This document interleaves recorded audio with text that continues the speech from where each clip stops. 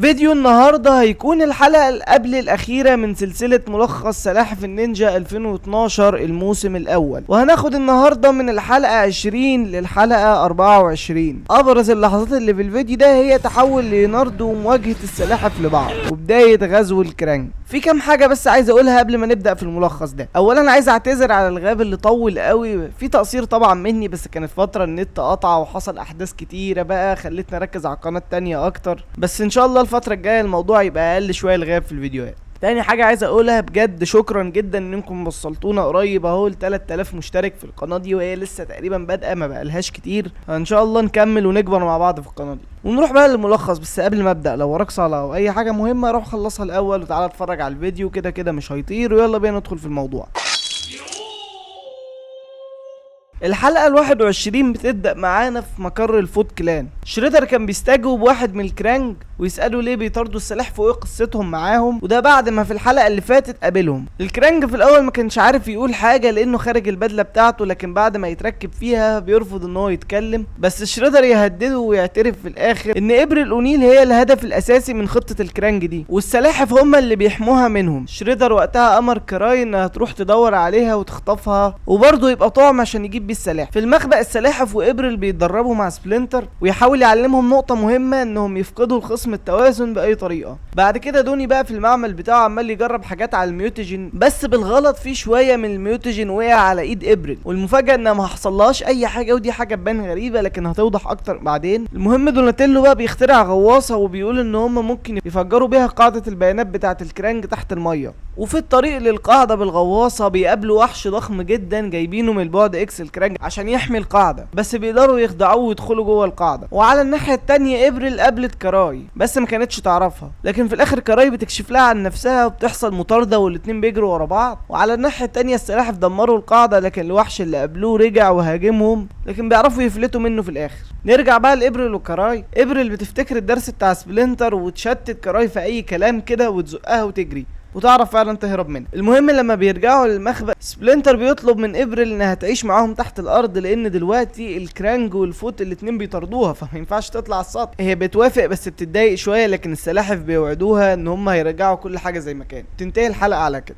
الحلقة اللي بعدها بتبدأ والسلاحف بيقاتلوا جنود الفوت فوق سطح مبنى وبيكسبوا بسهولة كالعادة. راف بيبدأ يحس ان القتال بقى ممل وعديم التحدي، ويبدأوا ياخدوا بالهم ان الفوت بقوا ضعاف جدا. في المقر بتاع شريدر بيكون متعصب جدا من دوج باوند عشان فشل في ضم مجموعة جديدة من الفوت اللي هم المفروض يكونوا اقوياء وبيتدربوا تحت اشراف. بعد كده يبص على الكرانج اللي كانوا قابضين عليه ويقرر يستخدم التكنولوجيا بتاعت الكرانج عشان يعمل ترقية خطيرة للجيش بتاعه باستخدام الميوتيجين. وفي نفس الليله السلاحف هم بيراقبوا مبنى TCRI. راف بيشتكي انهم مش لاقيين حد يضربوه، فجاه يشوفوا نينجا تخين بيحاول يقتحم المبنى. بعد ما بيهاجموه يكتشفوا ان هو بولفرايزر او المدمر اللي كان موجود من الحلقات اللي فاتت، ويقول لهم ان هو انضم للفوت بعد ما اتدرب شويه مع كريس برادفورد، لان دوني نصحه يتعلم في اخر مره شافه. بولفرايزر يقول لهم ان الرتبه بتاعته في الجيش بتاع الفوت كلان، بس دوناتيلو يشرح له ان ده معناه حرفيا انه كبش فدا، يعني هيتحط في اول الصف عشان يتقتل او لو في فخ هو يلبسه. المهم انه هو شغال جاسوس مع السلاحف في وسط الفوت. المهم بقى نرجع لسبلنتر واللي بيوبخ السلاحف ويقول لهم انهم بقوا معتمدين على اسلحتهم اكتر من اللازم ويجبرهم يبدلوا اسلحته.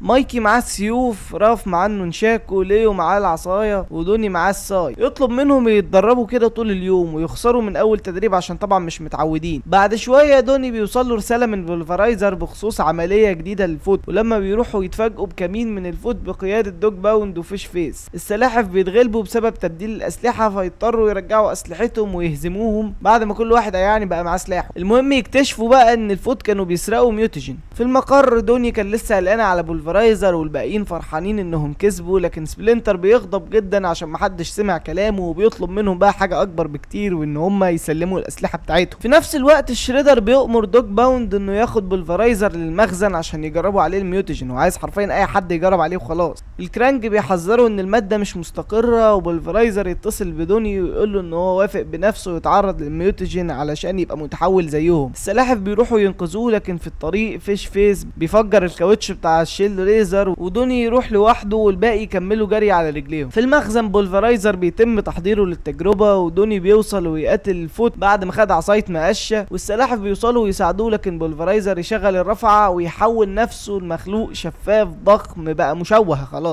هو كان عايز ياخد الميوتاجين ده على اساس ان هو يبقى بطل خارق او قوي، لكن لا، الحاله وصلت معاه للشكل ده. ودوج باوند بيبقى عامل تايمر عشان يفجر المكان، لكن السلاحف بيقدروا ان هم ياخدوا معاهم تيموسي او بولفرايزر ويهربوا من هنا. في الاخر شريدر بيغضب من الفشل ده، لكن الكرانج بيقترحوا ان هم يتحدوا عشان يخلصوا من السلاحف، وشريدر بيوافق ويفكر فعلا ان هو يتحالف معاهم، وتنتهي الحلقه على كده. الحلقة اللي بعدها بتبدأ بالسلاحف جوه الشير ريزر ومايكي قاعد زهقان، والمهم السلاحف بيوصلوا لمكان مختبر سري للكرانج، وكان باين عليه متدمر والروبوتات متكسرة. دوني بيستنتج ان كان في تجربة للكرانج هنا خرجت عن السيطرة، فعلا هم بيفتشوا بيظهر دبور ومتحول عملاق ويبدأ يهاجمهم، والمعركة بتبدأ ويبدأوا بقى يضربوا في الدبور ده، رف يتصاب ويعملوا خطة ويقدروا ينفذوها، لكن بسبب لخبطة كده بيغرز الإبرة بتاعته في دراع ليوناردو. المهم بيرجعوا للبيت ومعاهم بيضة لقوها في المعمل، وليو بيصر انهم ياخدوها معاهم لدراسة تطورها. الغريب هنا ان ليو يبدأ يتصرف بغرابة ويتخانق مع مايكل لمجرد ان هو حاول يمسك البيضة دي، ده اللي خلي راف يبدأ يشك في حاجة. في المطبخ السلاحف بيخططوا ازاي يخلصوا من البيضة دي، بس ليو بيكون سامعهم ويبدأ يحس بوجع شديد جدا في دماغه وعينيه تتحول. بعدها راف بقى بيحاول يكسر البيضة دي، بس ليو يهاجمه ويعضه، ويبدأ راف يتصرف زي ليو ويقف يحرس البيضة.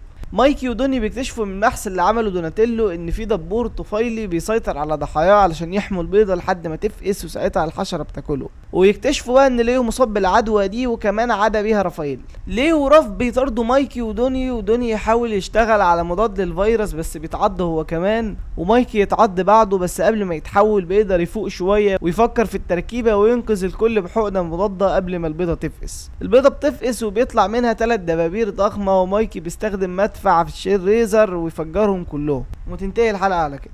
الحلقه بتبدا بان ابريل بيجي لها رساله غريبه على الكمبيوتر كلها اصوات وطلاسم مش مفهومه. دوني يفضل يفكر فيها لحد ما التانيين يناموا، وفعلا يقدر يفك الشفره ويكتشف انها من كيربي اونيل اللي هو ابو ابريل، واللي بيقول فيها انه محبوس في مكان سري عند الكرانج وبيطلب المساعده. دوني يرسم مكان المعمل على تليفونه ويمشي لوحده عشان ينقذ كيربي. التانيين بيصحوا ويكتشفوا ان دوني مش موجود، ويفكروا ان الرسالة دي ليها علاقة باختفائه، ويرجعوا يشغلوا الرسالة ويعرفوا مكانه. وإبريل تسمع الكلام وتتوتر، فيقرروا يروحوا على المعمل.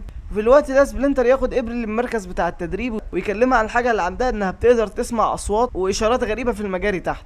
دوني يوصل المعمل ويفتح الباب ويبدأ الكرانج يجهزوا نفسهم. بعد شوية ضرب يلاقي كيربي محبوس ويفكه، بس من غير ما يعرف فتح الباب بتاع كل زنزانة، ويطلع مخلوق ضخم شبه السحلية كده. المخلوق ده يقتل كام كرانج ويرجع ياخد درعه وسلاحه، ودوني يسميه نيوتراليزر. ابريل بتتابع الصوت وتوصل لأوضة فيها جهاز كرانج غريب شبه الكورة كده، وبتفعله بالغلط، لكن بتستخبى لما الكرانج يجوا يدوروا عليه وما يعرفوش يلاقوه. ال3 سلاحف التانيين يوصلوا للمعمل ويلاقوا نيوتراليزر بيهجم عليهم بأسلحة تقيلة، وتحصل معركة كبيرة. الكرانج ونيوتراليزر بيركزوا على السلاحف. في الآخر مايكي يوقع العربية على نيوتراليزر ويحتفلوا، لكن من غير ما يعرفوا نيوتراليزر لسه عايش. السلاحف بيرجعوا للمخبأ مع كيربي ونيل، وإبريل بتبقى مبسوطة جدا ان ابوها رجع. وفي نفس الوقت في TCRI شريدر بيدخل ومعاه مجموعة من النينجا بيحرسوه، ويقول للكرانج ان السجين ده كان ممكن يخرب خطتهم، لكن الكرانج يردوا ان كده كده كيربي اتاخد حسب الخطة عشان يعرفوا مكان مخبأ السلاحف. شريدر يقول ان الانتقام خلاص قرب. في الاخر ابريل وابوها يقعدوا مع بعض، وهي تقول له انها مبسوطه انه رجع وبتحضنه، لكن في لقطه غريبه جدا كيربي بيكون عنده كده نظره شريره. وبتنتهي الحلقه على كده. وخلاص الفيديو الجاي هيكون اخر حلقتين من الموسم الاول، واللي هيكونوا جامدين جدا، فاستنى الحلقه الجايه ان شاء الله. وبس، سلام.